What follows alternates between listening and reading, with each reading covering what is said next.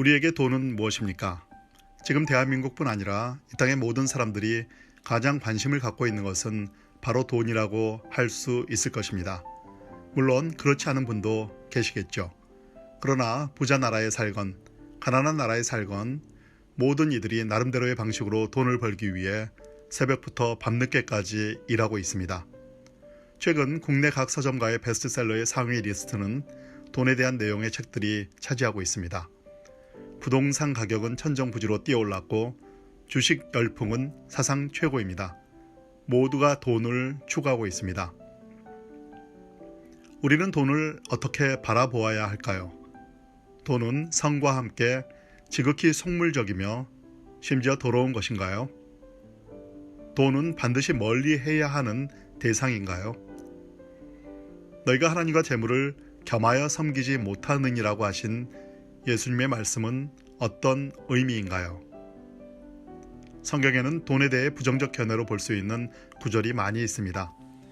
사도 바울은 디모데전서 6장 10절에서 돈을 사랑함이 일만하게 뿌리가 되나니 이것을 탐내는 자들은 미혹을 받아 믿음에서 떠나 많은 근심으로써 자기를 찔렀도다 라고 경고했습니다.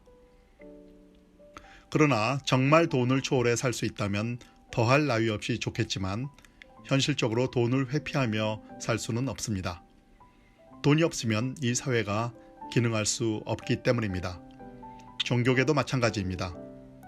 에드워드 헤이즈는 내가 선 곳은 어디든지 거룩한 곳이니라는 책에서 교회에서 최초로 재정을 담당했던 사람이 하필이면 가룟 유다였다는 엉뚱한 사실이 돈 경멸 풍조를 한층 부추겼다면서 성경에 돈이 더러운 것으로 표현되어 있다고는 하지만 헌금을 더러운 것이라며 받기를 거부하는 교회가 있다는 말을 들어본 적이 있는가? 라고 묻습니다. 소설가 알베르 까미가 사람들에게 돈 없이도 행복할 수 있다는 생각을 심어주는 것은 일종의 영적 속물 행위다라고 말한 것과 같이 돈에 초연한 삶을 살기란 현실적으로 쉽지 않습니다. 그렇다면 돈을 어떻게 바라보며 대처해야 할까요? 교회에 드리는 헌금을 제외하고는 돈을 영성의 영역 바깥에 있는 것으로 여기고 경멸하던 것이 과거 크리스찬들의 태도였습니다. 그러나 인생의 현실은 그렇지 않습니다. 돈 없이는 살 수 없는 시대이기 때문입니다. 돈은 우리 생활의 중심 부분임에 분명합니다. 에드워드 헤이즈는 그렇기에 돈의 영성이 필요하다고 강조합니다. 우리 생활 중심의 한 부분인 돈은 무엇보다 우리 자신에 대한 상징으로 마땅히 영성의 한 부분을 차지할 자격이 있다는 것입니다. 그는 이렇게 말합니다. 우리는 분명 자신이 한 일의 결과로 돈을 받는다. 그렇기 때문에 돈은 우리 자신을 표현하는 상징이다. 우리가 더럽지 않은데 왜 우리의 상징인 돈을 더러운 것으로 취급해야 하는가? 성경은 돈을 사랑함이 일만하게 뿌리가 되나니라고 가르치지만 예수님은 우리에게 내 이웃을 내 몸과 같이 사랑하라고도 말씀하시지 않으셨는가? 그렇다면 논리상 이런 말이 가능할 것이다. 내 돈을 내 몸과 같이 사랑하라. 돈은 곧 내 자신의 거룩한 상징이기 때문이다. 내 돈을 내 몸과 같이 사랑하라는 헤이즈의 말이 불편하게 들릴 수 있지만 그의 말의 뜻은 영성 훈련을 통해 우리의 믿음의 근육을 키우는 것처럼 돈의 영성을 통해 돈을 잘 관리하라는 것일 겁니다. 돈, 머니라는 단어는 로마의 돈의 여신 이름에서 유래했다고 합니다. 그 여신 신전의 이름은 주노 모네타였습니다. 이 신전에서 로마의 돈이 만들어졌습니다. 그리스 로마 신화에서 주노는 주피터의 아내로 돈의 여신과 함께 동시에 경고의 수호신도 겸하고 있었습니다. 경고를 뜻하는 라틴어 단어 모네레가 여기서 생겨났습니다. 돈이라는 말과 경고라는 말이 같은 어근에서 생겨난 것입니다. 돈의 여신이 곧 경고를 바라는 자였다는 사실은 우리에게 많은 시사점을 줍니다. 바로 돈을 주인이나 숭배의 대상으로 삼으면 안 된다는 경고입니다. 예수님이 너희가 하나님과 재물을 겸하여 섬기지 못하느니라고 말씀하신 의미도 돈을 주인으로 삼으면 안 된다는 경고의 말씀일 것입니다. 상징에 지나지 않는 돈을 주인으로 삼지 말고 자신과 하나님 나라의 성례로 사용하는 방법을 배우고 실천해 나가는 것이 돈의 영성의 본질이 아닐까 싶습니다. 돈을 충직한 종처럼 잘 사용할 때 그 돈은 단순 액면가 이상의 놀라운 가치를 발휘할 수 있습니다. 헤이즈는 돈의 영성과 관련해 먼저 돈을 사랑하고 돈에 대해 자부심을 가져야 한다고 말합니다. 돈을 사랑하라는 말은 돈을 탐닉하라는 것이 아닙니다. 수고의 땀을 흘려 번 돈에 대한 충분한 자부심을 가지라는 것입니다. 사실 돈을 번 것에 대해 자부심을 갖는 것은 아주 바람직한 일입니다. 일을 훌륭하게 해낸 것에 대한 하나의 상징이 바로 그 돈이기 때문입니다. 그러므로 월급은 곧 그동안 수고했다고, 잘했다고 내 등을 툭툭 쳐주는 것과도 같습니다. 이 돈이 곧 나입니다. 이것은 바로 내 땀이고 내 수고입니다 라고 말할 수 있다는 점에서 돈은 곧 성례라는 것이죠. 중요한 것은 내 땀이고 내 수고인 돈을 주인이 아니라 종으로 잘 부리며 잘 사용해야 한다는 점입니다. 사도 바울은 디모데전서 6장에서 돈을 사랑함이 일만 악의 뿌리가 된다고 경고하면서 이미 부유해진 이들에게는 이렇게 권면합니다.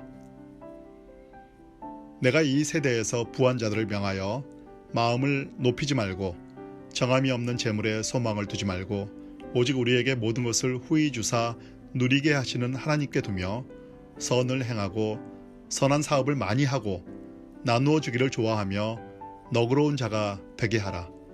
이것이 장래에 자기를 위하여 좋은 터를 쌓아 참된 생명을 취하는 것이니라. 자신의 부, 즉 자신의 상징과도 같은 돈을 이웃에게 나누어주는 너그러운 자가 되라는 것입니다.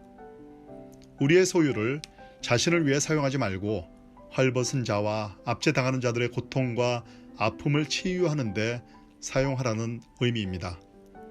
이것이야말로 돈의 영성의 핵심이며 현대 기독교가 취해야 할 성경적 모범일 것입니다.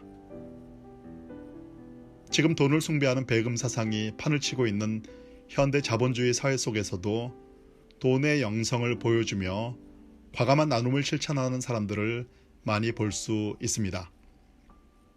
그들이야말로 이 자본주의 사회의 영웅들 가운데 한 부류입니다. 부자건 평범한 사람이건 자신의 돈을 통해 영성을 보여주며 실천할 수 있으며 그런 사람들이 우리 시대의 영웅들입니다. 에드워드 헤이즈는 자신의 돈을 소외된 이웃과 선한 기관에 헌금으로 보낼 때마다 이것은 곧 내 몸입니다. 이 돈은 바로 나 자신이랍니다.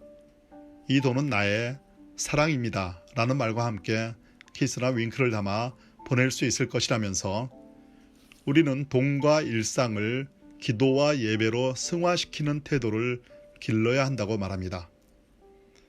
우리가 가진 돈을 사랑의 축복과 함께 마땅히 받아야 할 모든 사람들에게 나누어 주는 것이야말로 세상적 의미의 돈의 안녕을 고하는 길이며 돈의 영성에 첫 발을 내딛는 길이라는 것입니다. 지금 우리 주위에는 코로나 바이러스로 인해 힘겨운 일상을 보내는 이들이 너무나 많습니다. 어쩔 수 없이 가게 문을 닫고 생계 걱정을 하는 수많은 자영업자들과 하루 17시간씩 택배를 배달하다가 그만 쓰러져 식물인간 상태가 되어버린 어느 택배 노동자의 안타까운 이야기는 2021년을 사는 우리의 현실입니다. 우리가 돈을 벌어야 하는 이유는 바로 여기에 있습니다.